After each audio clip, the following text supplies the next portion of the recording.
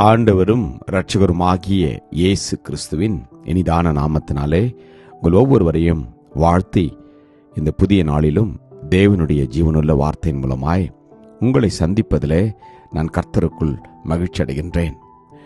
ஏசாயா 30:18 ஆனாலும் உங்களுக்கு இறங்கும்படி கர்த்தர் காத்திருப்பார், உங்கள் மேல் மனதுருகும்படி எழுந்திருப்பார். கர்த்தர் நீதி செய்கிற தேவன், அவருக்கு காத்திருக்கிற அனைவரும் பாக்கியவான்கள்.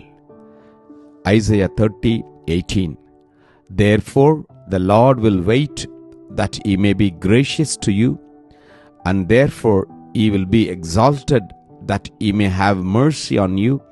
For the Lord is a God of justice.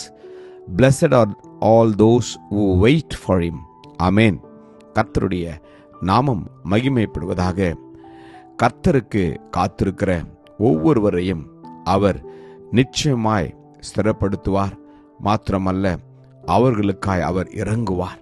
வேதம் சொல்கிறது, நீங்களும் நானும் அநேக காரியங்களுக்காக நாம் காத்து கொண்டிருக்கலாம்.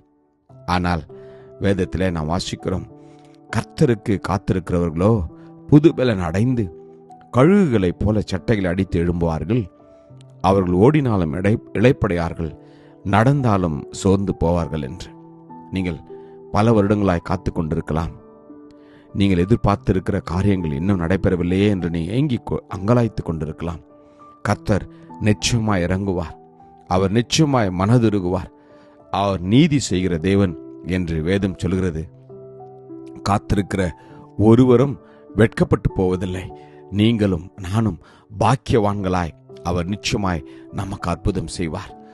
வேதம் சொல்வது போல, நான் கர்த்தர், எனக்கு காத்திருக்கிறவர்கள் வெட்கப்பட்டு போவதில்லை என்று. ஒருவேளை நீங்கள் நினைக்கலாம், பல வருடங்கள் ஆகிவிட்டது, பல மாதங்கள் ஆகிவிட்டது, இனி தேவன் எனக்கு பதில் கொடுப்பாரா என்று நீங்கள் கலங்கி இருக்கலாம். இந்த நாளிலே கர்த்தர் உங்களை பார்த்து சொல்கிறார், உங்கள் விசுவாசமும் உங்களுடைய நம்பிக்கையும் பலப்படும்படியாய் அவர் உங்களுக்கு வாக்கு கொடுத்த வாக்குத்தத்தங்களை அவர் நிச்சயமாய் நிறைவேற்றுவார்.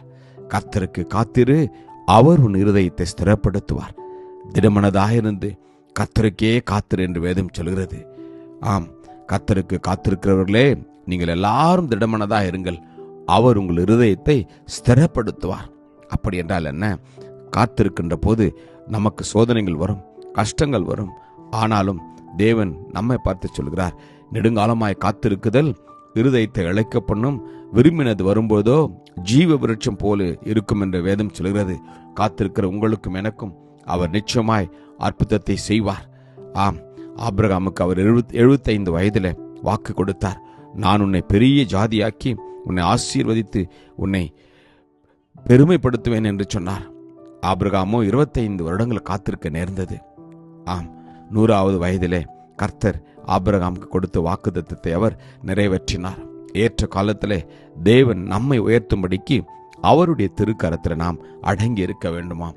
வேதம் சொல்வது போல, தேவன் குறித்திருந்த காலத்திலே அவளுக்கு ஒரு குமாரனை கொடுத்தார் என்று. எனக்கு பிரியமானவர்களே, கர்த்தர் உங்களுக்கும் எனக்கும் இறங்கும்படி அவர் காத்திருக்கிறார். கர்த்தர் உருக்கமும் இறுக்கமும் இரக்கமும் நீடிய சாந்தமும் மிகுந்த கிருபையும் உள்ளவர் என்று வேதம் சொல்கிறது.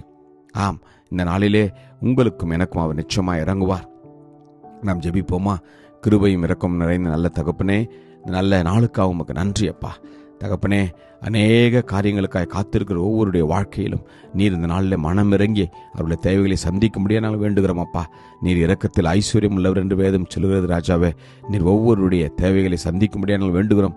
அப்படி நீ செய்வதற்காக உமக்கு நன்றி. ஆசீர்வதியும் இயேசு கிறிஸ்துவின் வல்லமையுள்ள நாமத்தில் ஜெபிக்கிறோம் ஜீவனுள்ள நல்ல தகப்பனே. ஆமேன். God bless you. Jesus loves you. Amen.